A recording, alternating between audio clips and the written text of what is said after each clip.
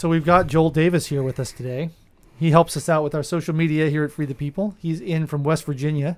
Hi, Joel. Hello. Thank you for having me. Get a little closer to the mic if you don't mind. No problem. All right.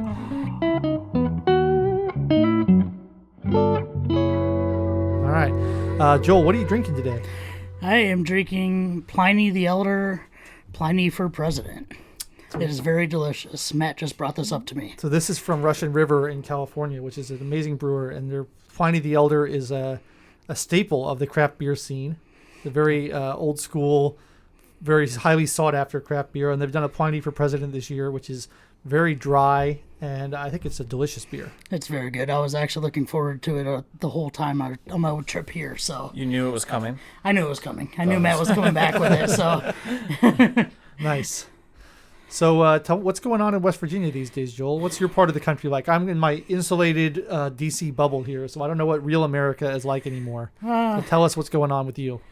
Pretty much, I mean, right now you have the two factions of mask, no mask. And you have some businesses that are more relaxed, except for I think some people have, like there was one local store and they weren't, mandating that you wear a mask when you come in. They did it first and they got slacked on it. And I think they must have gotten turned in because now they're back to employees wearing masks. And so everybody's snitching on each other out there where you live. Yeah, pretty much just like every other place in the country. Most people snitching on everybody. Has anyone done ask for the Freedom of Information Act to see who the snitchers are? Because I believe that's public information. Oh, really? Yeah. We had a Ron Paul old adherent who lives out in Arlington went and did the Freedom of Information Act and got all the snitchers for the Arlington business and then put them up online. And the Washington Post said he doxed them, and then he went after the Washington Post saying, like, it's public information. So it was like a big rowdy dow. Well, I know at our restaurant, which is just across the river from me in Ohio, we actually had what I would say were spies from probably the health department. They came in, there was two people, they walked around the restaurant, and we asked them, or our waitress asked, like, hey, you can have a seat. And we were like, except for that one table, we haven't, sanitized it yet. And they're like, oh, no, we're just looking, we might be back. Which is really kind of weird because we're kind of a destination restaurant. We're not just, I happen to be in town, I'm going to stop in to see what it's like. So what exactly are the rules for indoor gatherings? Or are you allowed to have people inside the restaurant? What are the rules? Yeah, we can have people inside. Our tables have to be 6 feet, which is back of the chair to back of the chair. Has to the next table has to be 6 feet apart. So we actually, instead of carrying our tables not in use upstairs in our storage area, my mom got the brilliant idea of using mannequins. So we have mannequins sitting inside in the tables that you can't use, which they actually love them. People are taking selfies with them. That's and pretty funny. That's brilliant. Yeah. I like that. Still scares me though. I walk in like after hours and I'm like, oh crap, yeah, I keep forgetting they're there. Yeah, I mean, the rules are still pretty tight here in D.C. too. I just got some news a couple of days ago that a couple of the bars that are staples for me that I used to go to all the time before all this started are closing forever. There's a bar called Capitol Lounge where I do trivia every week. Have done trivia every week there for the last 6 years or so. And the bar is just closing forever. It's been here on the hill for 26 years. Oh, man. And it's not going to be around anymore. So it's amazing how many small businesses they're killing with this stuff. Yeah, it's, obviously we can only have 50% capacity, but our business is down. My mom's actually here. What would you say? About half, about 50%. Yeah. So our hours are a little different. Rather than having 2 shifts, we just have 1 shift a day, open 2 hours less a day. And is it Capitol Lounge? Is that like one of the famous ones in D.C. that like all the lobbyists or the Republicans meet at or something? It's not as famous as Hawk and Dove, but yeah, it's one of the ones that's been here forever. And yeah, it's a shame that it's going away. And not bad. Mike was in charge of attaching the microphone to the table. I can hold it. I'm a rookie. No, we're going to get it. So that's why it's not working. I'm learning. He's still in training. So what about like protests and riots and all the crazy stuff that's happening? Is your state fairly immune from that kind of stuff, or is it going on in your place? We actually had a BLM kind of protest that was actually met with, I think, probably twice as many Trump supporters, Oh, really? I guess you'd say. And I had two friends that were down there supporting BLM, and they said that the racist slurs that were being shoved out Oh, my on the God. other side was pretty bad. However, I was watching a live feed of that, and there was actually some good conversations going on between both sides. So, obviously the news is going to show the extremes on both sides. They're not going to show people actually having a dialogue back and forth. Like actually coming together. Yeah, actually, it's like, oh, wait, we can agree on this. And I think that's the whole point of being a libertarian, is that if you realize that you can get down to the actual nitty gritty of things, that there's a lot that we can agree on, and we're not as separated as people think we are. I think it's true, and I think your point about the media trying to stoke the controversy is very true. There was a big protest, I guess, a couple months ago near my house or my apartment in D.C. There's a statue of Lincoln and some enslaved persons there that they wanted to tear down, and there was a big rally to try to tear down the statue. And I was there just to observe, to see what it was like. And almost all the people I talked to or saw there were talking to each other, having conversations like, should we remove the statue? Should it stay up? Is it history? Is it racist? All these things. And the media focused in on one little altercation that happened that I didn't even see, wasn't even aware of. It was on the other side of the park from where I was. But, the vast majority of the conversation going on was pretty thoughtful and peaceful. And I think that they do try to find the most outrageous thing that they can amplify, because I know I keep seeing footage of riots in D.C. that are happening, and they're a problem, but they're not the entire city, because the part of the city that I live in has been very quiet and very peaceful and hasn't had any problems. And I think that people are under the impression that the entire country is on fire, and it's really just a few places. Right. Portland seems pretty bad. The Kibbies had some footage of Portland when they were there recently, and it looks like pretty desolate as far as I can tell, but the city still is in pretty good shape, I think. Well, Mike, let me hold this so you guys can get a drink. Oh, okay. Well, thank you. I don't want to be the only one here. I drink. I was planning on drinking some more, but yeah, the first glass me and Logan drank, I poured him a bountiful serving. Yeah. I was supposed to be here around 5, but so they've been couple of steps ahead of me. I got it. Sure? Yeah. Yeah. My tolerance, I've discovered recently, is way down from what it used to be. I haven't been drinking as much, and I haven't been eating as much either, so I don't have as much of a full stomach to absorb the whiskey. Right. And I got to be careful with how much I drink this stuff, but it is delicious, isn't it? So was this BLM and anti-BLM protests, is that on the West Virginia side of you, or is that Ohio side? Because I know you're West Virginia. I believe it was close to like Harper's Ferry area. I can't remember what town it was in, but it was on the Eastern Panhandle. Oh, okay, so a little within, maybe not quite the DC bubble, but close enough. Pretty you probably close. have some ripple effects of it. Yeah, because I know like Living Waters is in that area too, and that's like 45 minutes from DC, so still within the DC traveling range. But what are your thoughts in general on the whole movement, the Black Lives Matter movement, the protests and everything? I know you're a pretty libertarian guy. What are your feelings on this whole thing? Well, I've been watching a lot of the live streams, and there's different lives. I mean, there's press that call themselves press, but they're obviously supporters, big time supporters, and they get into the chants and everything. Then you have some that are actually there just to document the news and what's going on. I think there's a separation. I don't know if the people that are in the protests see the separation, but of the extreme BLM, Antifa, to people that are actually there to peacefully protest. Because you can kind of see it, like, usually earlier in the night, things are calm, and it's not till the end of the night when cops are like, all right, you need to quit blocking the street, time to go home, and then that's when you get all the news breaks, because, that's cops shooting the rubber bullets or the tear gas, and them throwing it back at the cops. I once had a friend tell me when I was young and foolish and nothing good happens after midnight. I feel like that applies. What about midnight movies? outside your home, maybe. But I think parents used to say that quite often. Yeah. Nothing good happens after midnight. I don't know. I've been to a few midnight movies at theaters before that I've enjoyed quite a lot. So, but I understand the point that's being made. I don't know.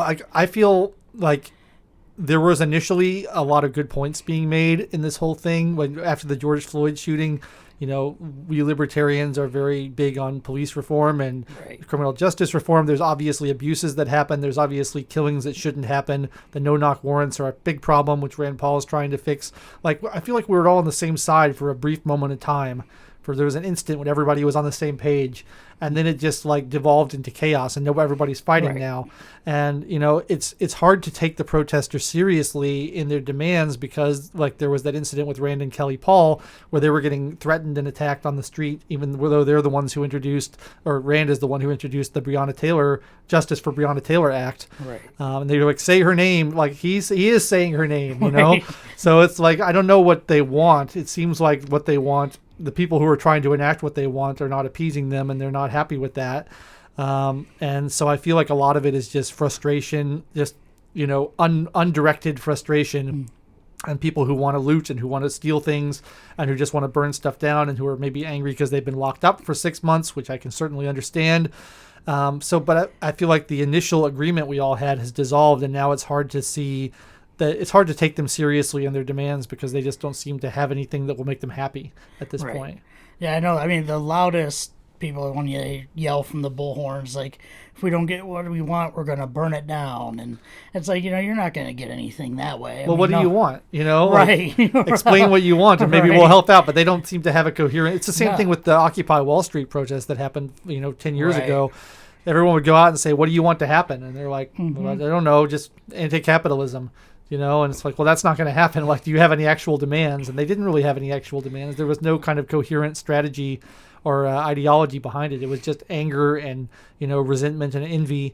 And I think there's a lot of that going on right now, which is a shame because there's legitimate points in the Black Lives Matter movement that need to be addressed and need to be fixed. And they're alienating people who would otherwise agree with them. Yeah, I read an article.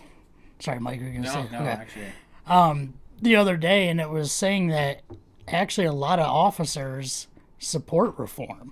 I think it was 54% of the officers polled actually support getting rid of qualified immunity.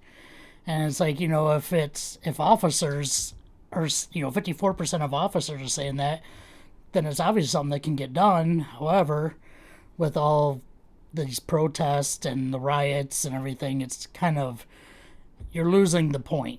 I mean, it's, you know, they're not making a good point, so I don't know if anything is going to get done.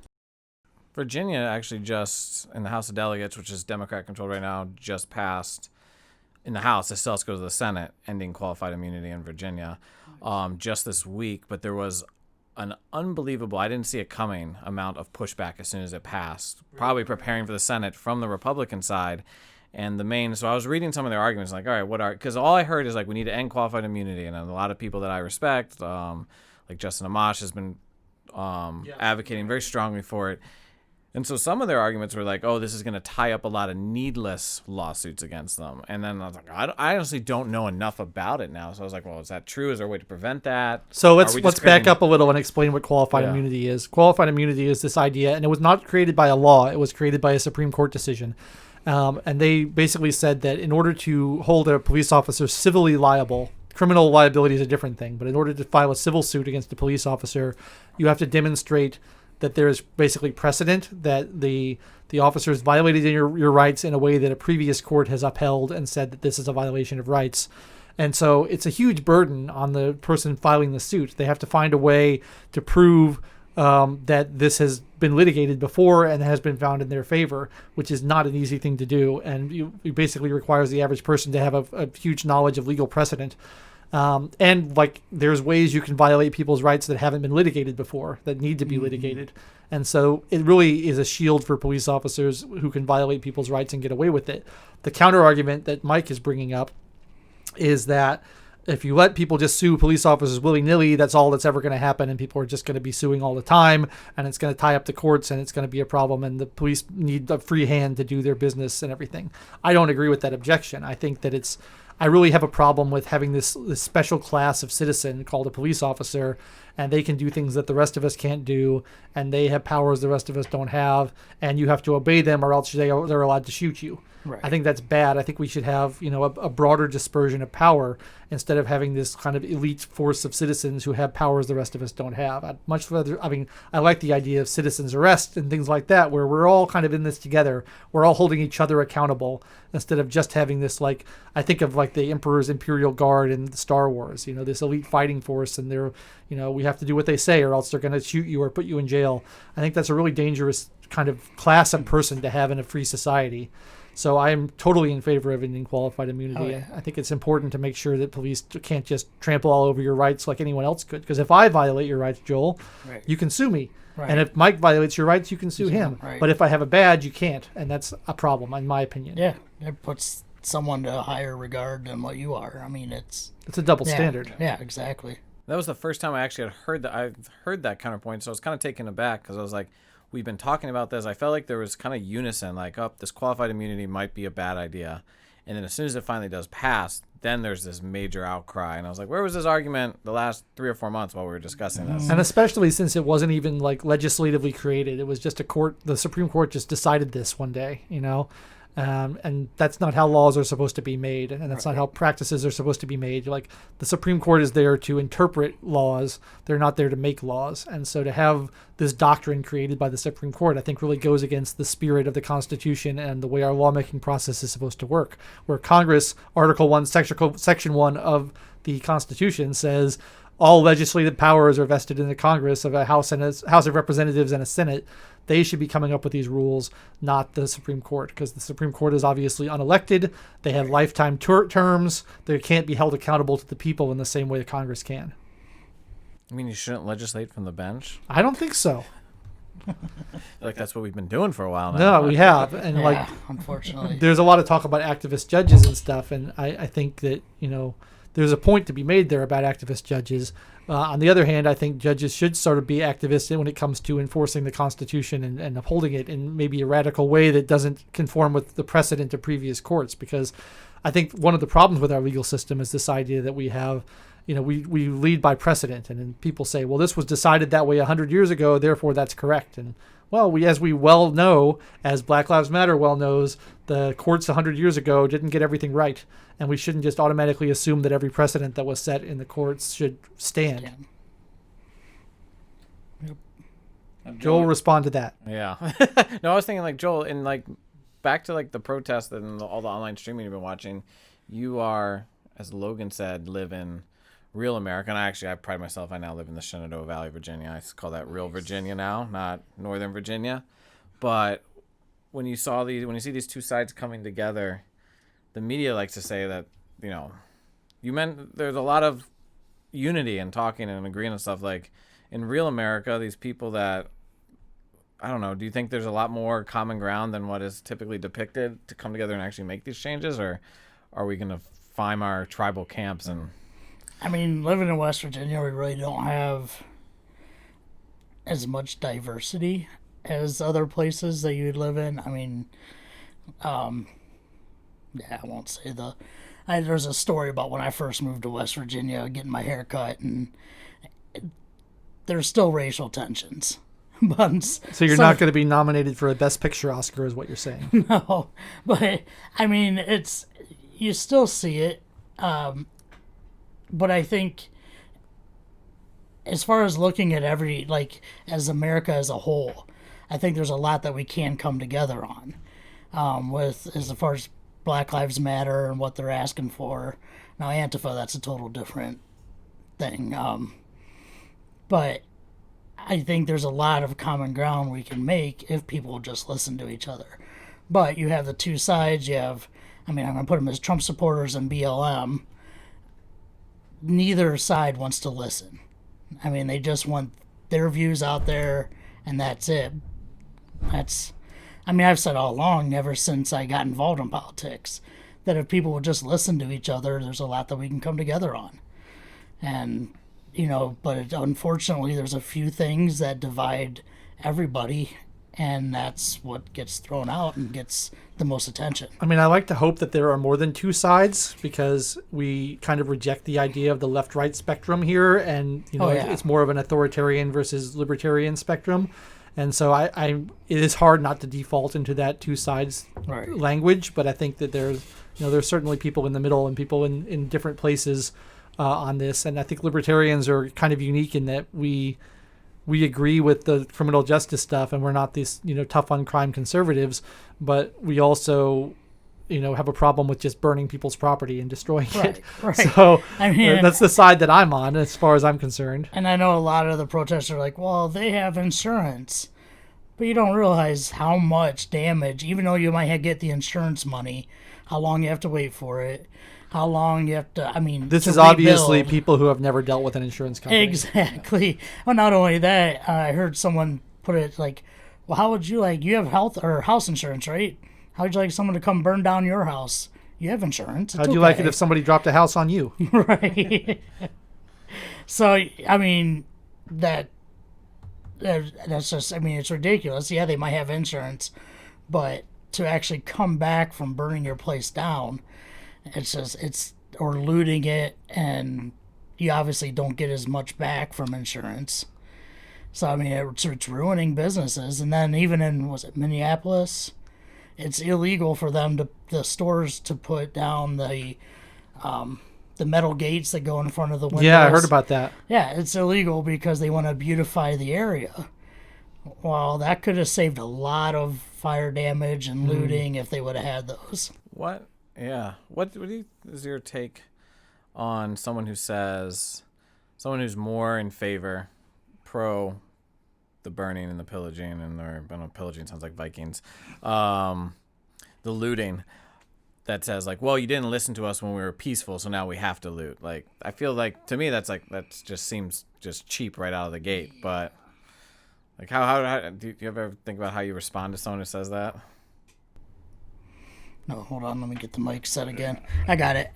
You sure? Well, yep. We were talking about this off camera a little bit, and I think it's weird because there's a disconnect between the source of the injury and then the lashing out. It's a very childish attitude, I think, where it's like, I'm angry about something that someone did to me, so I'm going to lash out at some random person who has nothing to do with what the injury is. You're attacking a business owner or someone who runs a little shop in your neighborhood. Well, they didn't shoot anybody. They didn't cause any police brutality. They're not affiliated with the government. They don't have anything to do with the grievances that Black Lives Matter has. So I don't really understand that link between saying, well, I'm upset about X, so I can go and do Y, when there's no logical connection there.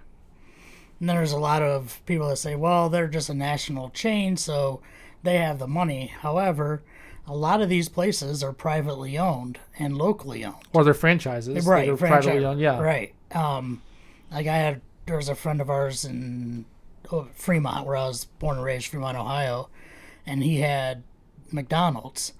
And, he owned the McDonald's that were there, so it was him that had, when he had to rebuild them and everything, it was his money that had to go for that. It wasn't the franchise, or it wasn't the main company that... So people don't understand how franchises work. No. And it's we studied that in grad school for economics, and it's, that you buy the right to use the McDonald's name and their recipes and everything, basically, but then it's your store. You're responsible for it. Right. And, I actually think McDonald's is one of the better ones in this regard, because they actually come in and train people and make sure they're doing a good job.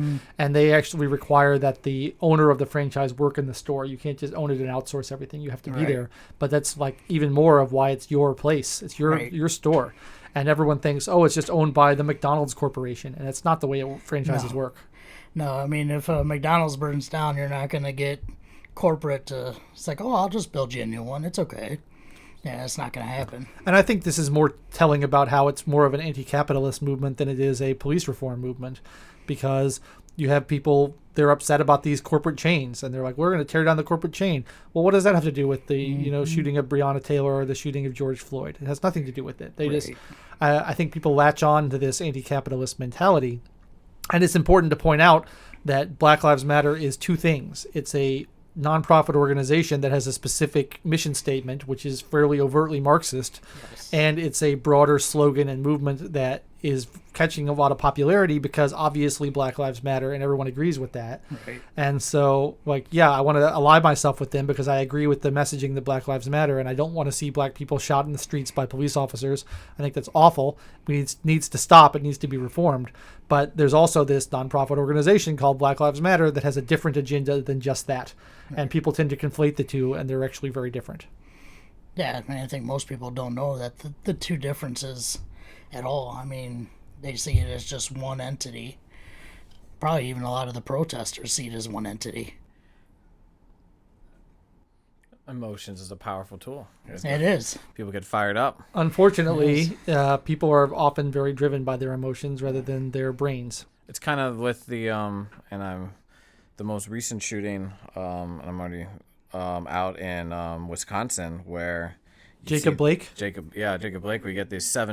You get this very short video of a horrific shooting, a guy getting shot 7 times in the back, but both sides then start filling in all the gaps with what they want to have happened. Right. It's like, well, what happened before? No one knows. Like, well, this is what I'm assuming happened, and whether you're on one side or the other, you fill it in with, in your mind. Right. It's a very clear example of confirmation bias in action. Yeah. Right. And then we're just going to start looting now before we wait. Right. Yeah. Right. So,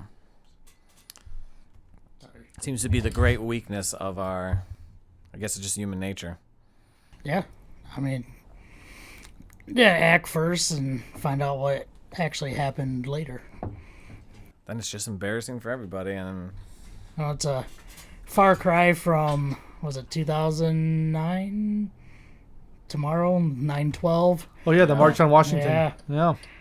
You were there for that, right? Yep, I was there. That's pretty cool. There was 1 million people on the march on the mall. It's pretty awesome. That was actually before I knew all of you guys or Kibby or anybody. I was not in D.C. yet at that time. So that picture that Matt and Terry have in their house, you're in there somewhere. Might be hard to pick you out in that crowd. Somewhere. Yeah, I was actually, I think me and my mom were together. We're going to New York, or I forget where we were going at that time. Jersey? You sure that wasn't the New York trip? Sorry. But anyways. You can speak up. We'll catch you. Yeah. So I ended up saying, okay, we're going to go to this. So we got a hotel and marched. We didn't really take part in the march, but we showed up on the Hill. You were like one of the original activists. Yeah, I was part of our local Tea Party, and then I got involved with Freedom Works, and then Matt Kibbe there, and then I feel like the stories around you were, I guess lack of a better term, a grinder. Like you went out there and kinda, yeah. I mean, they sent me different places to, for different. Let's see, I'm trying to think. I was out with Cruz's campaign, Freedom Works with Cruz, Didier out in Washington. Oh, I forgot about Clint Didier. Yeah. In Ohio, I was with one. I was in Kentucky for quite a few months for Matt Bevin when he was running for Senate. But yeah, it's been interesting. It's been fun. Well, I think we should wrap this up. But Joel, let's just end by having you solve all the world's problems and explain how do we fix this mess we're in. I don't know. I go back to we need to come together on what we can come together on and figure it out from there. Yep, I agree with that. All right. Mike? I think we can cheers to that. All right. Cheers, guys. Joel. Thanks for coming in. It was good to see you. Hey, thanks for having me.